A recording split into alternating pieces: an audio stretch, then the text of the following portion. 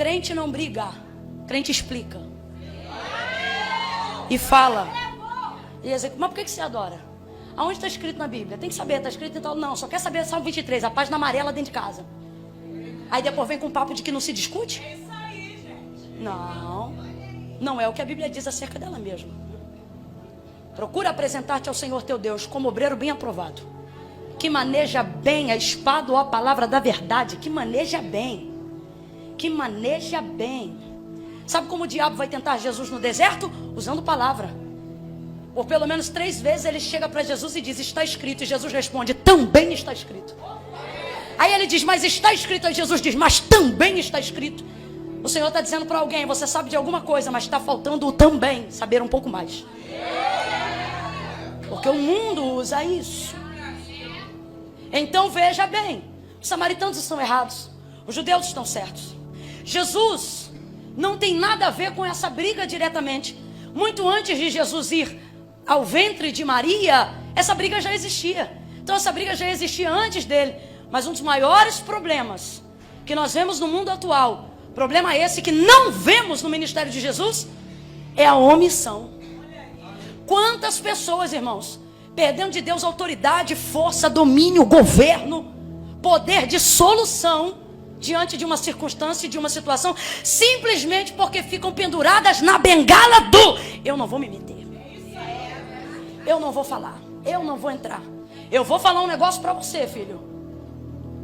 Já ouviu falar de 2 homens, filhos do sacerdote Eli, chamado Ofni e Finéias? Eles eram filhos de um sacerdote, um se chamava Ofni e o outro se chamava Finéias. Ministravam na casa nos dias de Samuel. Fornicavam, adulteravam, roubavam ofertas, se prostituíam dentro da casa de Deus. Deus disse, eu vou extirpar com essa raça, e chama o pai, que é o sacerdote da casa. Ele não conserta a casa. Agora eu vou te perguntar, sacerdote Eli, que determinava o governo sobre a casa de Deus, pecou? Adulterou? Trouxe alguma mulher para sua cama? Se deitou com alguma estrangeira? Roubou oferta na caldeira de Deus? Eli não cometeu nenhum dos delitos do seu filho, mas o texto diz que ele foi execrado e toda a sua raça. Que ninguém mais filiado a Eli governaria o sacerdócio dentro da casa de Deus. Aí eu vou te perguntar de novo, Eli fez alguma coisa? Não. Então por que ele está sendo destituído de toda a sua autoridade? Porque ele tinha autoridade, mas ele foi omisso. E tem gente achando, se eu não faço não tem problema. Mas a visão da Bíblia para apontamento de quem é o justo da terra não é o que não faz nada, é o que combate a injustiça. Então você não pode ser neutro. Camila, por que você está dizendo isso? Volto a repetir pela 3ª vez. Porque Jesus não tinha diretamente nada a ver com a briga entre judeus e samaritanos. Jesus chegou depois. E quanta gente no seio familiar, irmão, eu não estou dizendo que a gente tem que se meter na vida dos outros, não. Mas quantas vezes no seio familiar, quando você chegou, a sogra já não falava com a nora. Quando você chegou, o departamento A já tinha problema com o departamento B. Quando você chegou, o pastor X já não falava com o pastor Y. E você fica ali sentado omisso, não ora, não reage, não apazigua, não aconselha, não jejua, não pede a Deus uma direção sobre a justificativa. Quando eu cheguei já estava assim. Quando eu cheguei, a filha já não falava com o pai. Quando eu cheguei, o genro já não se dava com a sogra. Quando eu cheguei, a filha já não falava com a mãe. Quando eu cheguei, o irmão já não falava com o irmão. Do teu lado, no teu povo, na tua herança, no meio de ti, Deus te trouxe hoje aqui para te dizer, não interessa quem começou, quando eu te dei a chave para terminar. Quando eu colocar na sua mão a autoridade para terminar uma situação, você não pode fingir que esse problema não existe. Ah, fulana, não se mete não, que isso é problema antigo. Minha filha, eu não vou me meter em nada, eu não sou problema, eu sou a solução. Eu não vou ignorar o que está acontecendo. Deus está me mandando dizer isso diretamente a alguém. Até quando você ignorará o que está acontecendo? Eu não estou dizendo que situações assim são resolvidas da noite para o dia. Mas você não pode se acomodar numa mesa onde todo mundo come junto, mas ninguém fala com ninguém. E achar que isso é normal. Você não pode congregar a vida toda em uma igreja sabendo que tem rixa de uma com a outra. Tendo que mediar as suas tensões. Se vai na casa da fulana, não pode tirar foto, porque a outra ciclana, que é tua amiga, vai ver a foto que você... Sai fora.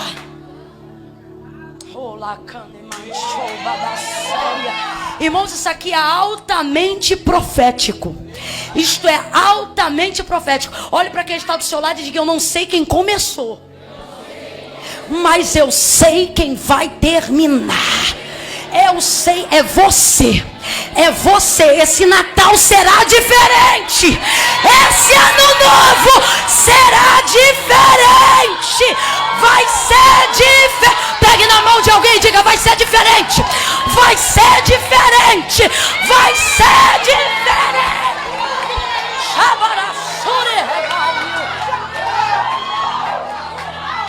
Agora, o que nós precisamos entender e ter motivação necessária para conseguir resolver, entender que não é sobre a nossa vontade, é sobre o nosso chamado, é sobre a nossa unção.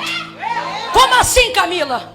Enquanto você deixar sentimentos te governarem, você vai ficar desorientado igual cego em tiroteio. Mas quando você entender: não, peraí, eu tenho unção de Deus. Não, calma aí, eu tenho um chamado de Deus. Não, peraí, irmão, o mais grosso modo possível. Quando você entender: não, peraí, eu sou crente. Não é porque eu quero, é porque eu tenho que fazer o que precisa ser feito. Pessoas que me procuram para dizer: como eu faço para perdoar isso? Eu digo: vá perdoando todo dia, até que tudo seja perdoado. Você vai perdoando hoje, você perdoa amanhã. Quando sentir raiva na terça-feira, perdoa de novo. E quando acordar irado na quinta, aí eu perdoo de novo. E sexta-feira, miserável, diga: mas tá bom, tá perdoado, tá perdoado. Vá perdoando todos os dias, até que tudo seja perdoado. Jesus está dizendo: alguém hoje aqui, não me importa o tamanho da confusão, eu só preciso de um. Você diz: Camila, mas esse problema é hereditário. Isso aí é anos. E o pastor fulano de tal já era assim com o outro. Menina, quando tu não era nascida, isso já existia. E mas fulano é assim mesmo. Não fala com o Beltrano, o pai dele era assim, a mãe dele era... Não, pode ser o pai, pode ser o tio, pode ser quem quiser. Pode ser quem quiser. Não me interessa. A Bíblia diz que o pecado que destruiu o mundo inteiro e destituiu o homem da glória de Deus entrou por um. E quando Deus decidiu tirar tudo, falou: vou precisar de um exército? Ele disse: não. A quem enviarei? Quem há de ir por nós? Fez-se silêncio. E o filho veio: pai, eu vou. Tá ótimo, porque eu só preciso de... Aí o autor da carta aos Hebreus vai dizer: o pecado entrou no mundo por e saiu por... Deus só precisa de um. Deus só precisa de um. Deus só precisa de um. Faça o que tem que ser feito. Faça o que tem que ser feito. O texto diz que ele sai da Judéia e vai outra vez para a Galileia. Saiu da Judéia e foi para a Galileia. Veja. Judéia para ir para a Galileia. Agora presta atenção, que eu vou te mostrar como que é esse trajeto geograficamente falando. Judéia está aqui.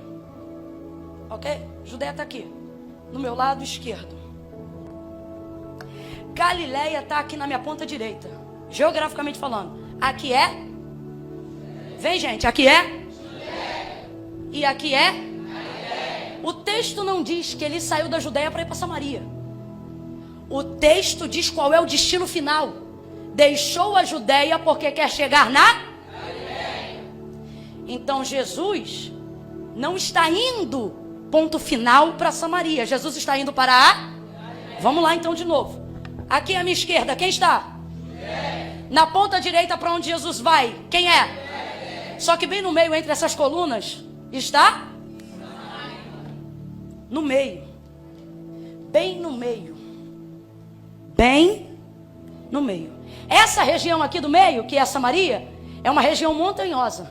Todas as vezes que um judeu queria sair da Judéia para ir para a Galileia, ele precisava fazer uma viagem de aproximadamente 6 dias. Quantos dias? 6. Porque ele ignorava a montanha que estava no meio, que é... Isso aqui está melhor que aula de geografia. E ele dava toda uma volta no entorno da montanha, para não ter que se esforçar na subida, para não ter que passar bem pelo meio, e para não ter que topar com nenhum samaritano. Então ele sai da Judéia, leva a bagagem necessária para não ter que comprar, nem vender, nem trocar. Lembra da parábola do bom samaritano que Jesus conta? Ele fala, por exemplo, de um viajante. Esse viajante foi assaltado no meio do caminho e quem o ajudou foi um bom samaritano. Não é à toa que Jesus usa esse exemplo. Essa rota de 6 dias para sair da Judéia e chegar na Galileia era uma das rotas onde tinha mais assaltos. Por quê? Por judeus não se comunicarem com os samaritanos, não paravam para beber a água deles, não paravam para comer a comida deles. Então como é que você faz uma viagem de 6 dias sem manter o meio do caminho? Tem que levar tudo de casa. Aí sai de casa com carroça, sai de casa com bagagem, sai de casa com carro de ferro. E o povo que fica no deserto fica esperando essas caravanas passar. É gente que não trabalha, vive do lucro do que o outro carrega. Então passou uma caravana, é de judeu? Se é de judeu tem carga, porque não vai comprar nada aqui. Então vamos assaltar ele. Então os judeus, muitas vezes na trajetória da Judeia para Galileia, eram assaltados no meio do caminho. Eram assaltados no meio do caminho. Por quê? Porque para ignorar Samaria, tinham que fazer uma viagem de quantos dias? Quem lembra quantos dias? 6. E se tornavam alvo fácil de quem vivia do lucro da carga. Já entendeu? Deus está dizendo, enquanto você viver para ignorar o que está acontecendo, você vai andar pesado. E ao invés de dar lucro para a glória de Deus, você vai viver dando lucro para o inferno. E Deus não te chamou para carregar nada que venha dar lucro para o inferno. Agora vamos ver a diferença de Jesus? Jesus vai levar bagagem de 6 dias? Não, por isso João diz, era-lhe necessário passar por... Quando ele chega em Samaria, o povo vai comprar comida na cidade. Que cidade se eles estão em Sicar? Na cidade de Samaria. Então Jesus não está disposto a levar carga na Araxúria. No cronograma de viagem, Jesus sabe, não é tão confortável assim passar pela terra dos errados. Não é fácil olhar para a cara de quem mentiu para mim. Não é fácil estar diante de quem zombou da minha fé. Não é fácil amar de novo quem me traiu. Não é fácil trazer para perto quem me queria longe. Não é fácil pisar na casa de alguém que não me queria lá. Só que Jesus já decidiu. Não vou fazer viagem de 6 dias. Não vou dar lucro para assaltante no caminho. Vou fazer em 3 dias. Para fazer em 3 dias, vai ter que comprar comida lá, vai ter que beber água lá. Está disposto? Estou. Porque sobre a minha caminhada com Deus eu não faço só o que eu quero, eu faço o que eu preciso fazer. Na minha caminhada com Deus, eu não faço só o que eu quero, eu faço o que eu preciso fazer. Eu vou falar de novo. Na minha caminhada com Deus, eu não faço só o que eu quero, eu faço o que eu preciso fazer. E era-lhe necessário beber água lá, parar lá, comprar comida lá. Jesus tem um propósito nisso? Tem. Jesus tem um propósito nisso. Mas ele vai fazer o que precisa ser feito. Então, ao invés de dar um entorno na volta de Samaria, Jesus vai passar bem pelo meio. Eu pedi para você dizer para quem está do seu lado, passa lá. Agora eu vou pedir para acrescentar. Você vai dizer, passa lá e passa bem no meio. Tá bom? Diga de novo aí, passa lá e passa bem no meio.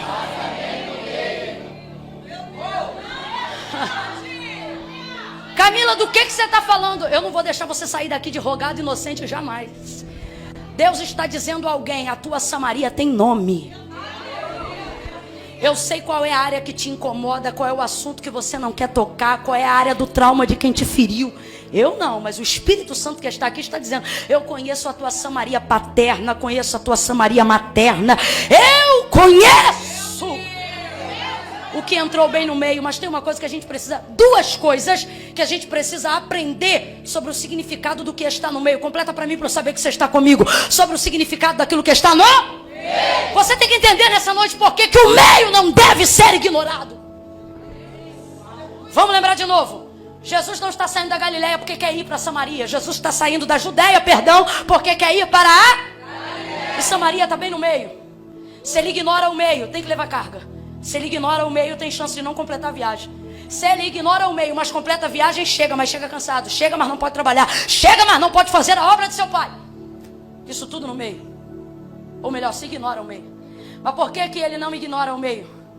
Porque o destino, ou a rota mais curta entre 2 pontos, chama-se linha reta. Crente tem que aprender a andar em linha reta. Não é só porque é crente. Tem que aprender a andar em linha reta, porque retidão fala de justiça, fala de princípio, fala de integridade. Jesus vai passar bem pelo meio.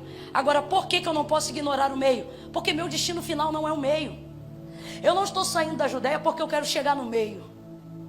Eu estou saindo da Judéia porque eu quero chegar na... Presta atenção no que eu vou lhe dizer. Judéia é extremo sul. Eu disse que Judéia é extremo sul. Galileia é alto norte. Norte fala de rumo. Quem aqui nunca teve uma mãe agitada que disse: menino, toma um rumo, um norte na tua vida? Norte fala de rumo. Sul fala de ponta. Quem é que já ouviu falar do sul do nosso país? Regiões de sul são normalmente baixas, sobretudo dentro da nossa nação. Sul fala de ponta. Se está no sul, está na... Vem, gente, se está no sul, está na... E se está no norte, está na melhor localização. Quando você vai ajustar uma bússola, você não ajusta ela pelo oeste, nem pelo centro-oeste, nem pelo sul. Você sempre ajusta ela pelo norte. Então presta atenção. Sul fala de ponta. Norte fala de melhor lugar. Samaria é literalmente região central. Todo mundo está ignorando o centro para chegar no norte. Jesus vai passar pelo centro. Porque o destino final dele é o norte, não é o... Quando o seu destino é o norte, o centro não te para. Quando o seu destino é o norte, o que ficou no meio não te atrapalha. Camila, o que você precisa considerar? Primeira coisa, eu não saí da ponta para parar no meio. Ok? Segunda coisa que eu preciso considerar. Meio não é destino final, é lugar de... Porque você tem encarado o meio de algumas situações que Deus tem te impelido a estar lá, a resolver aquilo lá, como se aquilo fosse o destino final. Com todo o carinho do mundo, aproveitando a liberdade que eu tenho em terra carioca, olha para quem está do seu lado e diz: para de graça. O meio não é o fim, é o lugar de passagem. Pega na mão dessa pessoa, sacode ela e diz: passa logo. Passa logo. Fala com quem tiver que falar, beija quem tiver que beijar, abraça quem tiver que abraçar, pede perdão para quem tiver que pedir, abre a porta da casa para quem tiver que encontrar, reconcilia quem tiver que reconciliar, conversa com quem tem que conversar, liga para quem tem que ligar. Para com esse negócio de printar o WhatsApp, vai ouvir a voz da pessoa, resolve. Gostou desse vídeo? Compartilhe e abençoe outras pessoas assim como você foi abençoado.